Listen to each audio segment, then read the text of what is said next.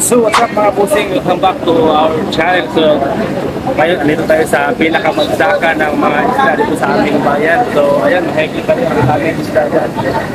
So puntahan natin kung gaano kadami ang isda na mabagsak dito araw-araw. So ayan, puntahan natin.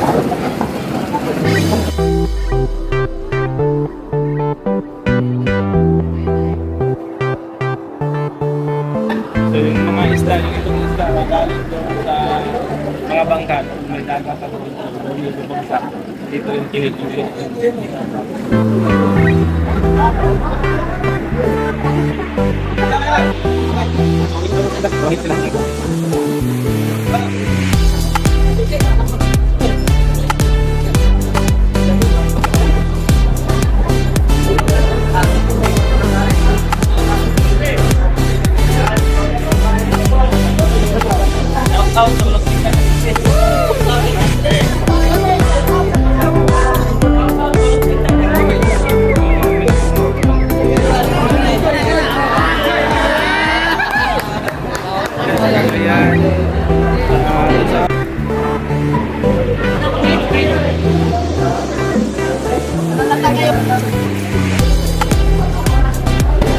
Ito nasa mga 50 kilos ang bigat niya. Ang laki.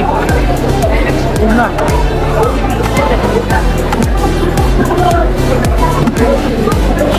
So ayan yung mga nakabox na, nakabalot na nalagyan ng yelo. So dadalhin yan sa iba't ibang lugar.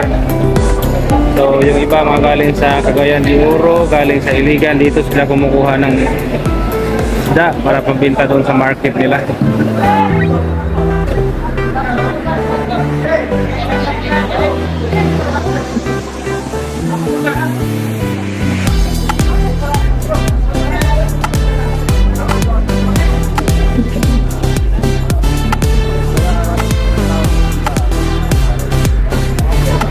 Bagong dumating na bangka po yan, maraming galing sa mga isda.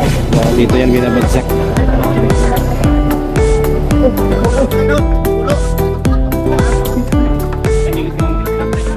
Uy, kapit dong.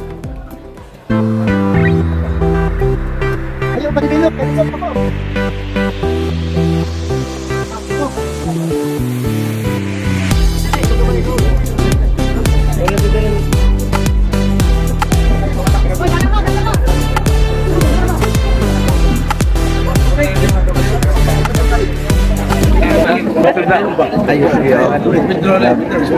Shout out kasi busing namimili dito ng isda.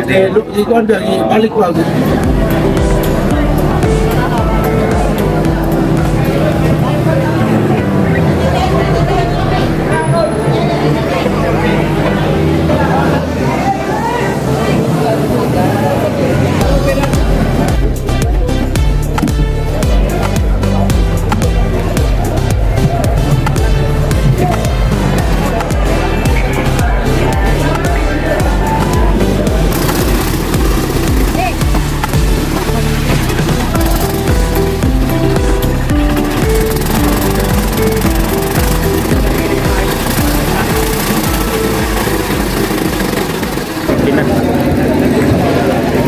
So ayan mga busing, so buwangan na, maliwanag na, so uwi na kami. So ayan, wala na mga bangka na dumating dito sa ano na lahat, nakuha na lahat, dumating na lahat ng isda, ando na sa merkado, sa palengke. So uwi kami mga busing, so maraming salamat sa inyong panonood. Don't forget to subscribe, like and share.